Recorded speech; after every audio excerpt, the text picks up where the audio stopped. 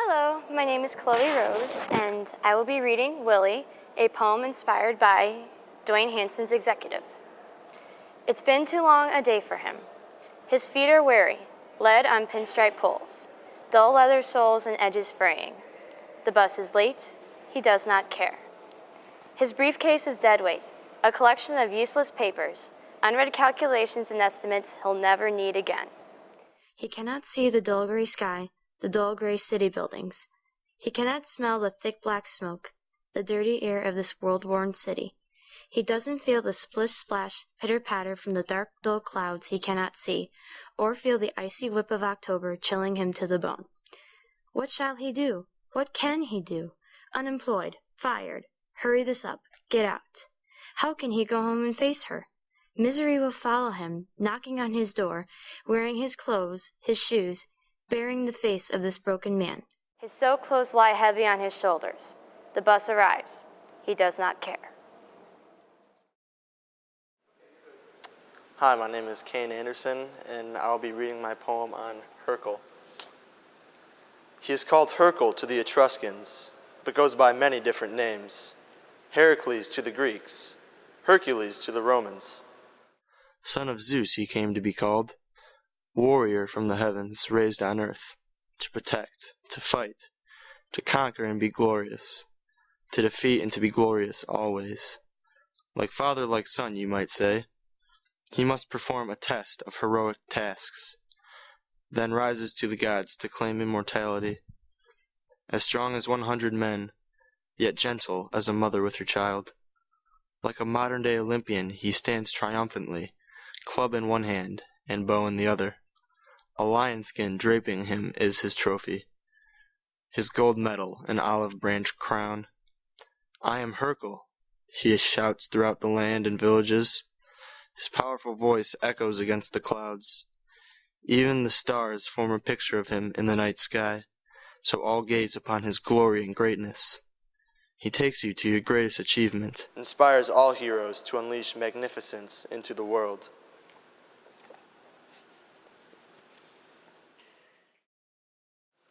Hello, my name is Samantha Berry, and I will be reading my poem, Ancient Wonder, that was inspired by the coffin of Tamet. Wooden pieces sculpted by ancient hands form a sarcophagus, painted over with simple colors of white, black, and blue. Calm radiates from the painted face despite its unnatural green. Streams of writing flow in columns telling tales few can now read. The young girl's worry as she awaits trial mixes with wonder at the ancient rituals no longer practiced. No false purpose is enclosed within this coffin. Its task is as sincere can be. Symbols of eternal life and royalty decorate the surface, but do they represent more? Do they tell of what is to come or of what has passed? Will the inscriptions of Ankh and Ujat transfer the passenger smoothly into the afterlife? Wishes enter our minds, leaving us wanting to know more.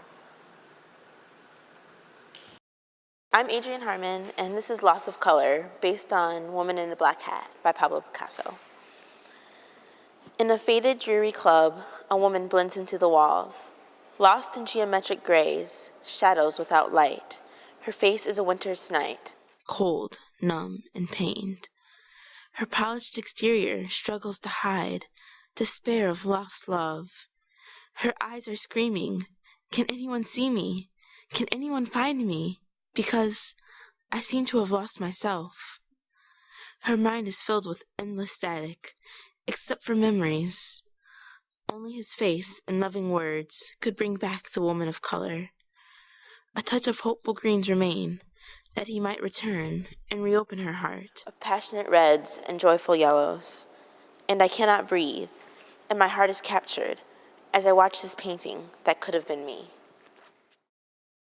Hi, I'm Dan Grogan. I wrote the poem Water on Brown Sail, Wing and Sky, Nassau by Georgia O'Keeffe.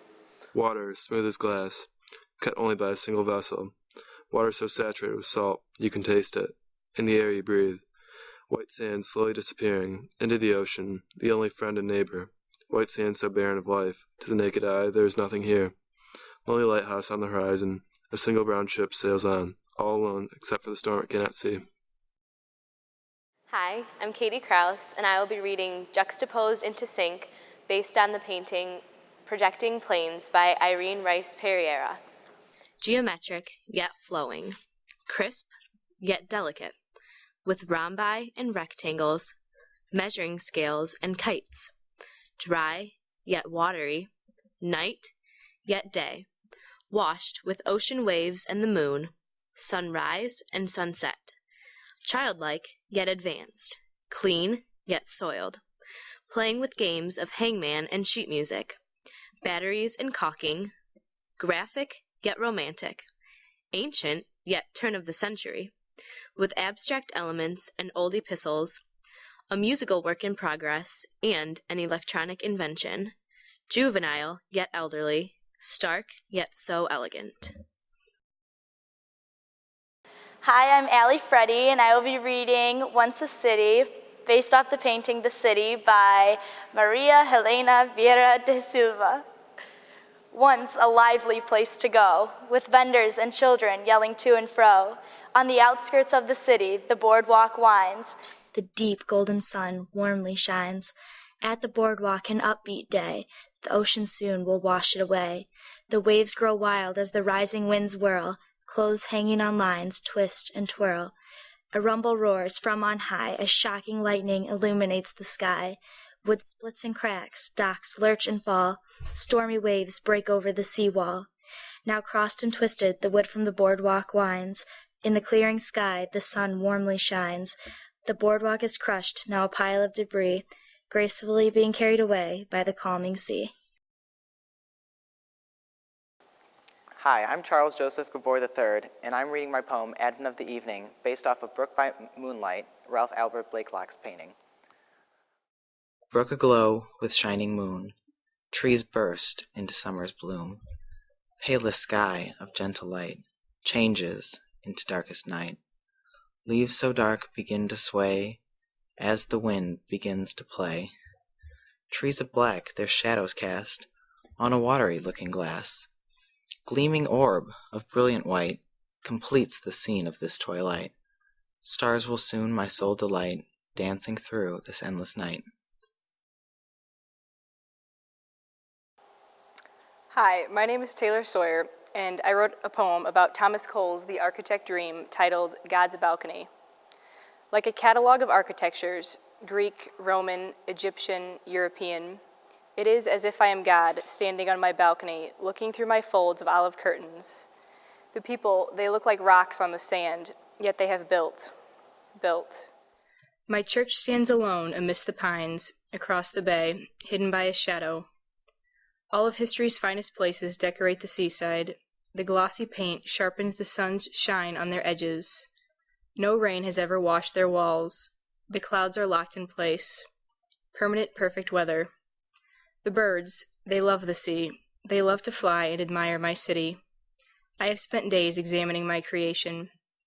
They have built. It is faultless. So I close my olive drapes, the scene still imprinted in my eyes. I can hear the wind still, and the air is warm. I can hear the fountain in the distance.